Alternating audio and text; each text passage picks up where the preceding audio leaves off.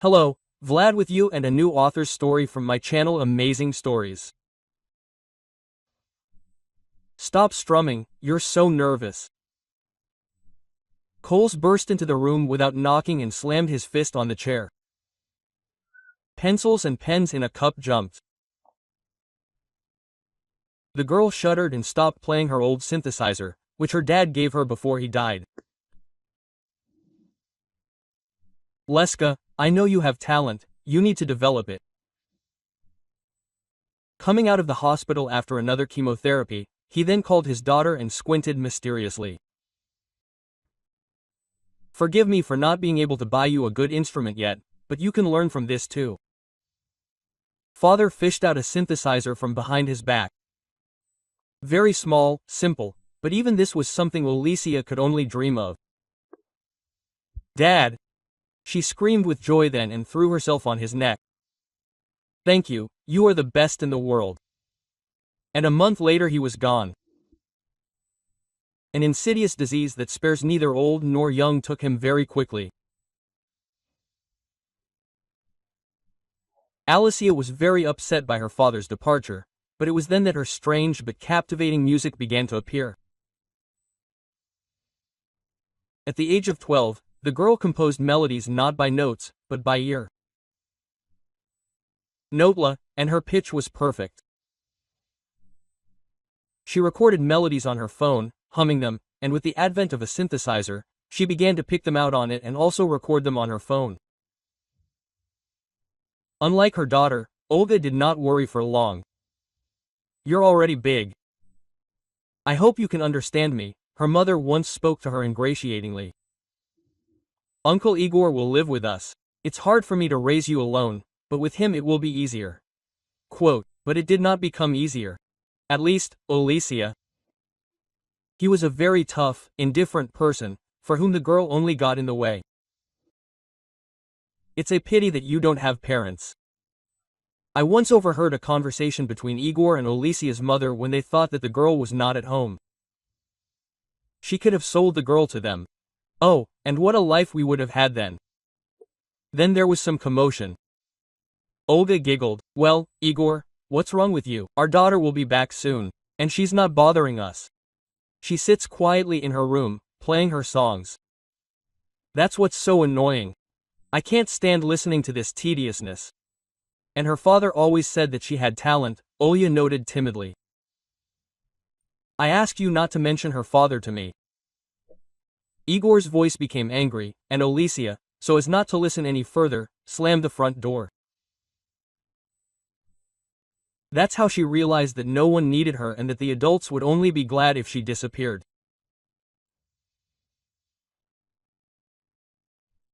After Kochum gave her a dressing down, accusing her of disturbing the peace and quiet, calling her a blockhead, an upstart with no talent, she decided to leave home, taking only her father's gift, some saved money and food from the refrigerator.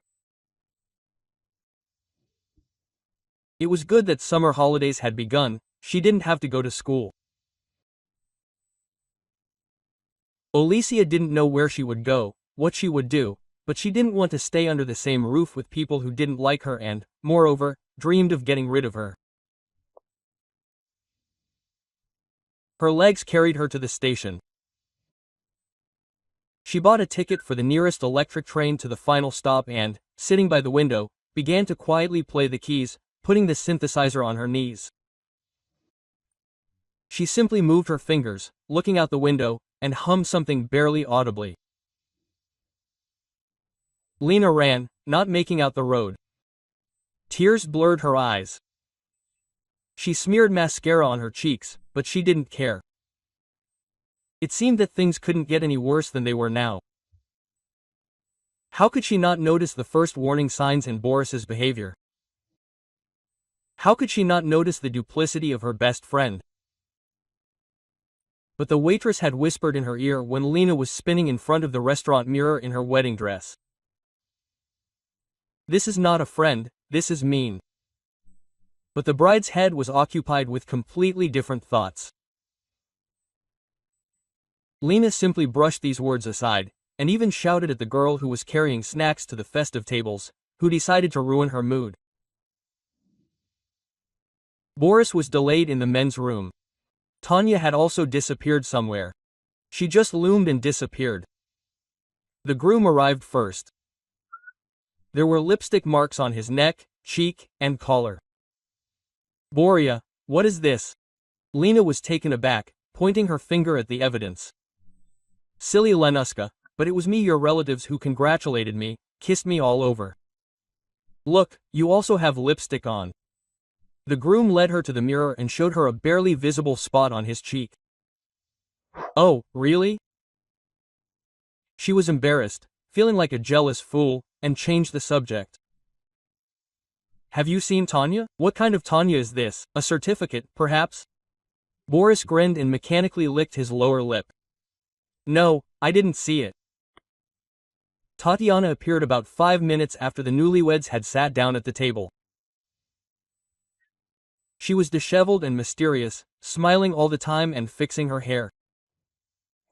Anyuka is giving it to you. Lena was surprised then. She's already got someone hooked. Lena and Tanya studied in the same group at the institute. Completely different. They got along well with each other. Lena is a bright brunette, self-confident, ambitious, with a strong character. Tanya is her complete opposite. A fragile blonde, quiet, modest, soft, sometimes even too much. Boris was 5 years older than them and was also a graduate of the same university. At the time of his acquaintance with Lena, he already held the position of manager in an investment company and sometimes came to meetings with young students as a guest speaker. There he noticed the pretty and daring graduate. After defending her diploma, Lena was met by the same young man who had been staring at her during the previous event. I was at your tea, you are simply amazing, he praised her and presented her with a gorgeous bouquet. Maybe we should celebrate? I invite you. That's how they started dating. Boris helped her get a job at a good farm, where Lena could build a career. She also brought her friend there. Tanya was a good designer, and the company made the right decision by hiring her on the recommendation of Lena, who herself had only been working there for less than a year. Outside of work, the friends often met somewhere in a cafe. Sometimes Tatiana dropped in to visit Lena. Boris did not like his wife's friend, and once asked Lena not to bring her home at all. What happened? She didn't understand. You got along, right? Or am I missing something? Oh, don't be silly. Boris got angry, reproaching her for her lack of trust. It's just that unmarried girls have a bad influence on family men, and I don't want anyone to have a bad influence on you, even your best friend. Lena relayed her husband's request to Tatiana, and she, surprisingly, took it calmly. However, she herself spoke unflatteringly about Boris. It seems that your husband has low self-esteem, and he is not confident in himself, since he is afraid that you can be led astray from the family path, her friend laughed. Well, I won't lose much if I don't see his displeased face. Lena really wanted Tanya to finally meet her destiny, get married too, and for their families to be friends. But her friend was in no hurry. She was already happy with me when Lena started talking about it. Oh, the last thing I needed was a tyrant like yours. Don't go there with the topic of communication. No, soon Lena began to notice that her friend had changed. She began to have new expensive things that she would never buy for herself. She was a little stingy. But, for example, a chic fur coat, a branded handbag, a gold bracelet, almost as thick as a finger. Tanyuka, you haven't found yourself a man. I'm not sure yet, she shrugged her shoulders there. I'm looking closely. And you were silent. Lena was surprised by such secrecy. So there's nothing to tell yet. Well, we met a couple of times. Tai looked away. Wow. He gives you such gifts for 2 meetings, Lena gasped. Boria didn't give me such gifts even after the wedding. Grab it quickly, before he takes it away from me. And by the way, when are you going to introduce me to him? I don't know, I'm Len. Well, you're pestering me for a while. Maybe I'll dump him too, her friend snorted irritably. Gifts don't bring happiness. Well, that's true, Lena agreed. The main things are love, trust, and mutual understanding. That's exactly it, Tanya grinned. After working for 2 years, Lena was offered a new position. It was a step up. She happily rushed to look for her friend all over the office, but Tanya was nowhere to be found. She didn't answer her phone either. One of her colleagues said she asked for half a day off. Oh well, I'll call this evening, Lena decided, and then we'll celebrate. I'll go home now and throw a Boar surprise. A festive dinner. She stopped at the supermarket, bought some delicacies, took a bottle of good wine and opened the door to the apartment in an elevated mood. Music and some voices were coming from the bedroom. Lena glanced around the hallway. Women's shoes were standing by the door, and a familiar handbag was hanging on a hanger. A strange numbness gripped everything inside Tanya. She slowly walked to the bedroom and opened the door. Boris and Tatiana didn't notice her right away. And who would have noticed when they were so busy with each other? The music center was standing by the door. Lena turned off the sound. 2 pairs of frightened eyes stared at her. Lena, her husband and mistress, who was also her friend, exclaimed in unison. Just don't tell me that I got it all wrong. Lena threw a bag of groceries right on their bed. These are for you, goodies. Continue the fun. And I was wondering why you can't stand each other. Len, don't get carried away. Boris, throwing on a robe, took a few steps towards her. I'll explain everything to you. Oh, what are you saying? I wonder what's not to understand here. Lena grinned, trying to restrain herself and not start yelling, hitting and smashing everything around her. That you just decided to have a heart-to-heart talk, but without clothes? Very symbolic. Nothing to say. Or that you, Tanya, were just helping Boris relieve stress. What a caring friend. Just touch me, to the depths of my soul. Well, and you didn't want to introduce us. Well, keep looking.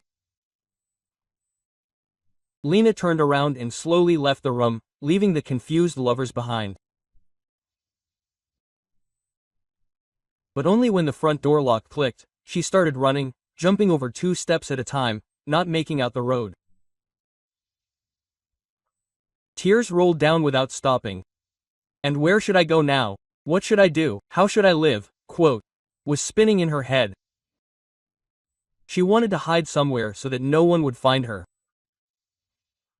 And without understanding how, she found herself at the station. There was no line at the suburban ticket offices, so Lena went up to the window. I need to get on the next train, she asked the cashier, sobbing. 1 ticket to the 4th station. Are you all right?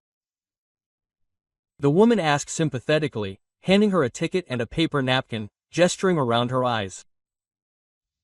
Yes, everything is fine, thank you, Lena thanked. In the toilet, she tidied herself up and just then they announced the boarding of her train. Huddled in a corner and closing her eyes, she dozed off to the rhythmic clatter of the wheels. In her sleep, she shuddered, sobbed, reliving that terrible scene in the bedroom over and over again. She didn't notice how she passed her stop, and opened her eyes when the train stopped at an unfamiliar station. But Lena woke up from the sounds of an unusual song that a girl sitting opposite her with an old synthesizer on her lap was humming. The song had no words. Rather, it was just a motif, but Lena had never heard it before.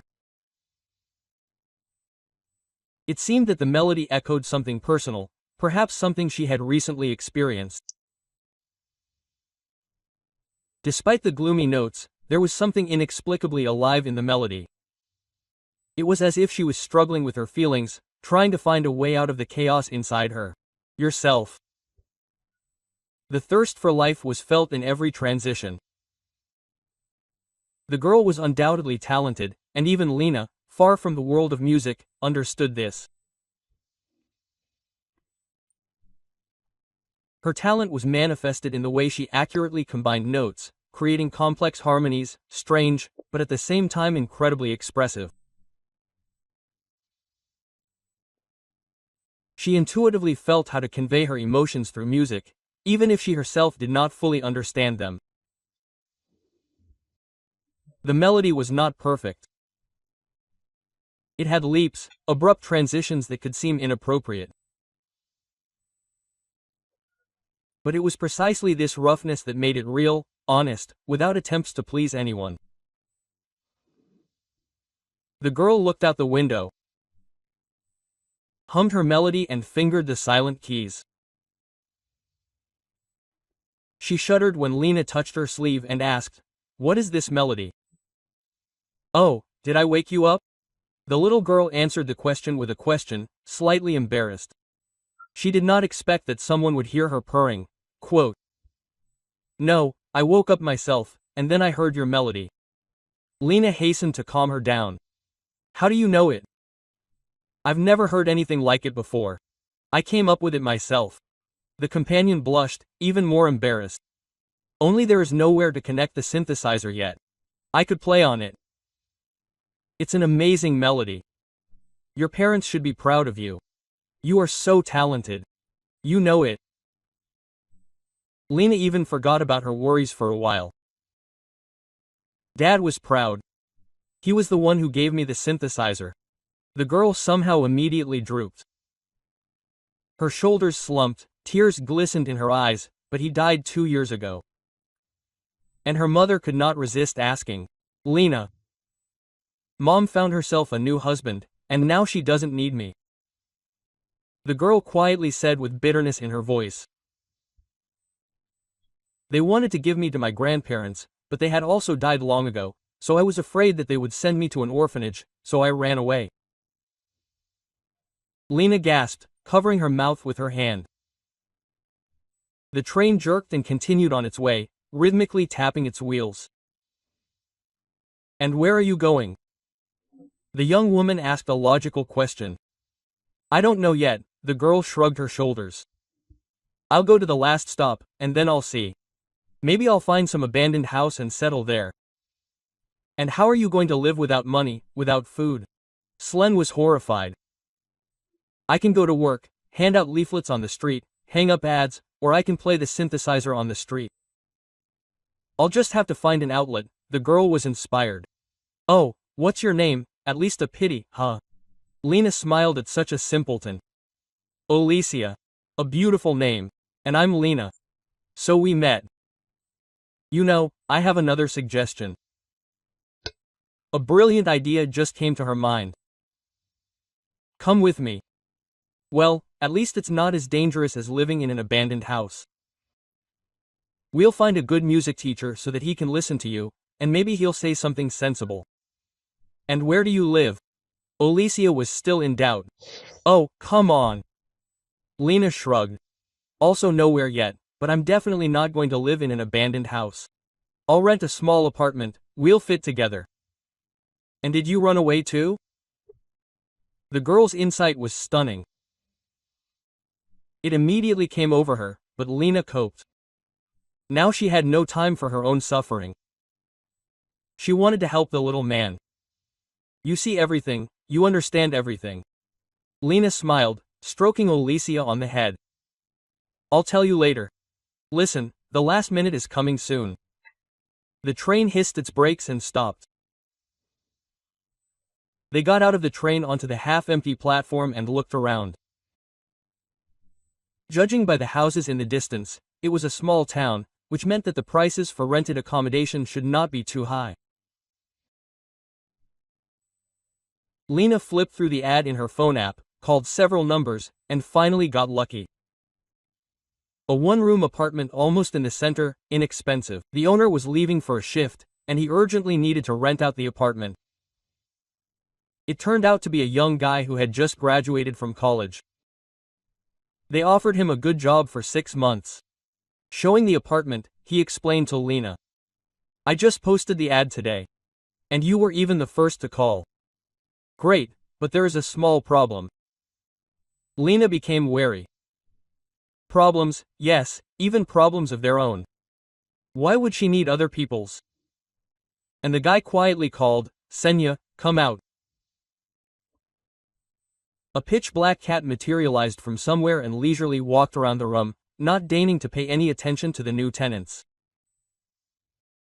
There was nowhere to put the cat. I can't take him with me. I don't have time to get him vaccinated or buy a ticket. The guy became sad. Oh, my kitty, Lesia exclaimed happily and threw her hand to pet the cat. He generously accepted the attention of strangers. This is Semyon, smart, but too narcissistic. And by the way, he liked you. Usually it takes a long time to call him. The owner was delighted. Quote, well, it suits us. Really, Lesia, Lena smiled. The girl immediately jumped with delight. Quote, by the way, do you know if there is a good music teacher in the city? Lena asked the guy, nodding at Olesia, who was carried away by the cat. Of course, there is. Only not a teacher, but a former musician. Matvey forgot his last name, but yes, almost everyone here knows him. Yes, anyone will show you where he lives. True, lately he lives like a hermit, but maybe you'll get lucky. Left alone, Lena and Olesia decided to go have a bite to eat, and at the same time find out about this very Matvey. For the umpteenth time, Matvey woke up in a cold sweat. In his sleep, he relived Zana's death over and over again. Soloist groups. Carried away by music, rehearsals, concerts, they did not immediately notice that something was wrong with their friend. At first, she began to forget the words to the songs that she knew by heart and had been performing for several years. Then Matvey was alarmed by her pallor and thinness. Quote, Zana, are you okay? He asked her once. It doesn't matter, you look fine.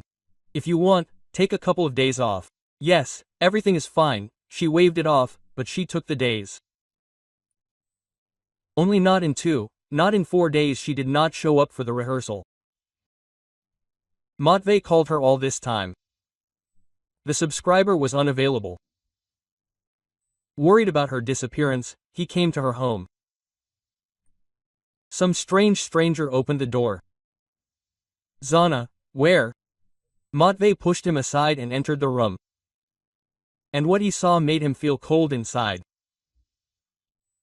The girl was lying on the couch, pale, with her eyes closed. Syringes and some ampules were lying nearby. The sleeve of her shirt was rolled up above the elbow, and there was a huge bruise on the bend. Apparently, they couldn't hit it the first time.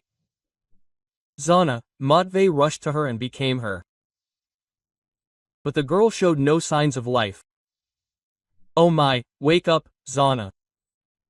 He slapped her cheeks, listened to her breathing, but it was all in vain.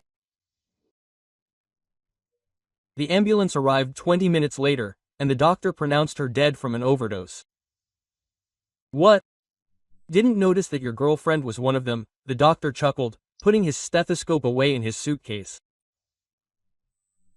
They know how to hide and pretend. What are you doing? Matvey cut him off mid-sentence, still in shock from what he had seen. Don't even start. That's always the result. The doctor nodded at the girl and, calling the morgue police, went on to continue responding to calls. Matvey blamed himself for what had happened. He had seen that something was wrong with Zana, but for some reason he attributed it to fatigue. After the funeral, their group broke up. Some went to work at the factory, some went into selling phones. Everyone felt guilty and couldn't look each other in the eye. Matvey started drinking. Sometimes he was invited to events, but soon they stopped when he failed to show up several times, and to somehow survive he worked as a loader in stores, sometimes as a night watchman. Everyone who knew him pitied him. Yeah, the guy was unlucky. What a talent is wasted, the grannies at the entrance whispered when he passed by, his head down and hiding another half-liter in his sleeve or pocket. Lena and Alicia found Matvei's place pretty quickly. The same grannies told them, "You're lucky, he's still sober today." Share a secret with them to the police. No one answered the doorbell for a long time. They were about to leave, but the door suddenly swung open. A disheveled young man with a few days' worth of stubble stood on the threshold. "What do you want?"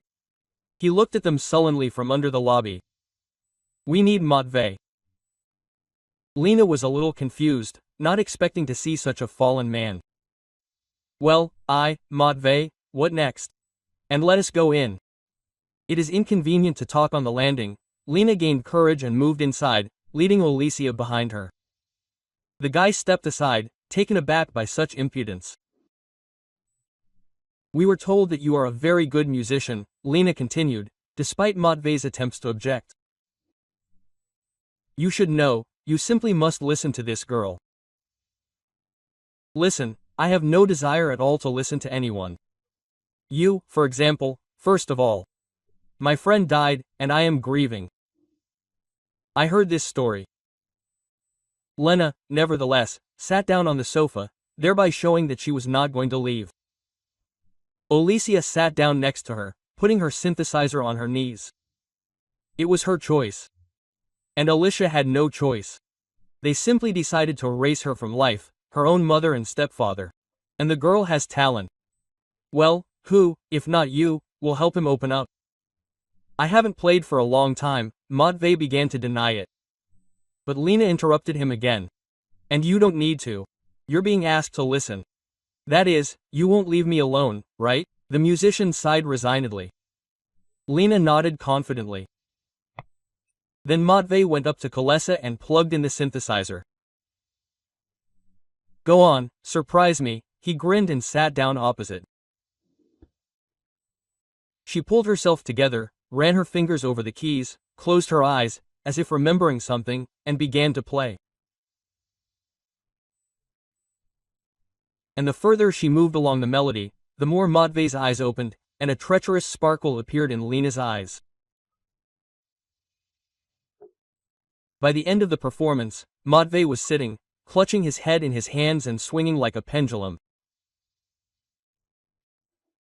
Poisheshchi, he raised his head a minute after he played the last chord. Crude, but brilliant. I've never heard of such a technique before. Who composed this? It was Alicia. Lena was delighted, as if she had just been praised. So, this can't go unheard. What did you want from me? Matvei was inspired. His eyes lit up with that same sparkle of a passionate person. Elena saw that he was quite handsome. If he was washed, shaved and brought into a divine appearance. We want you to study with Alicia, because she doesn't know the notes, and she just records her melodies on her phone. This fact amazed the musician even more. He asked the girl to turn on something else, and after listening, he thought about it. I have a feeling that you should become my teacher, and not the other way around. A sad smile flashed across his face. Okay, I will study. And how much will the lessons cost? Lena understood that the musician was barely making ends meet. No need for anything. I should still pay you extra for introducing you to talent. He winked at the girl, and she blushed with embarrassment. The next day, classes began. Lena called work and asked for unpaid leave, and at the same time wrote a statement for divorce. A month later, Alicia was already performing at a competition for young performers and won first place, receiving a grant from sponsors. Regional television filmed a program about a new, previously unknown 12-year-old talented star. Igor saw the program. What is Olza's father? And greed prevailed over the reluctance to even know about her existence. A day after the program went on air, he was already in the very town where his stepdaughter was hiding. It was not difficult for him to find her. "Get ready, we're going home," he said from the threshold, pushing the astonished Lena out of the way when she opened the door. "My mother is sick, I need to take care of her, and I'm working. I have no time." "I'm not going anywhere." Olza's hand was pulled out of his tenacious fingers. "Man, leave or I'll call the police." Lena grabbed the phone. Call, Okem grinned. "I'm just about you in the kidnapping. And I'll say that you beat me," the girl cried out in tears. "And kick me out of the house, and they'll believe me. You weren't even looking for me." "Yes, please, and let them take you to an orphanage," the annoyed father cursed and left the apartment, slamming the door. "Are they really going to take me to an orphanage?" Olesya asked in a trembling voice. "Of course not," she hugged the girl. By hook or by crook, Lena arranged guardianship of Nadolsia. And so that she wouldn't be refused, after divorcing Boris, she and Matvey entered into a fictitious marriage. At the trial, the girl was asked with whom she wanted to live, with her mother or with Lena. Although Olesya loved her mother, she did not want to live with her and her stepfather. Having waited for the owner of the apartment, Eskhtya, Lena and Olesya returned to their hometown. Matvey sold his apartment and moved in with them. The fictitious marriage was not so effective. Lena returned to work, where she learned that Tanya had gone on maternity leave and was now driving Boris crazy, forcing him to marry her. But he resisted, and they bickered every single day.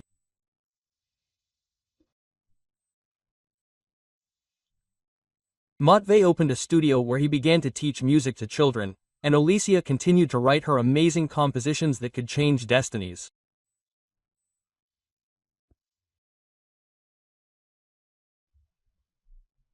If you like the story, please support me by pressing the thumbs up button. One simple action, but it is very important to me. All the best to you.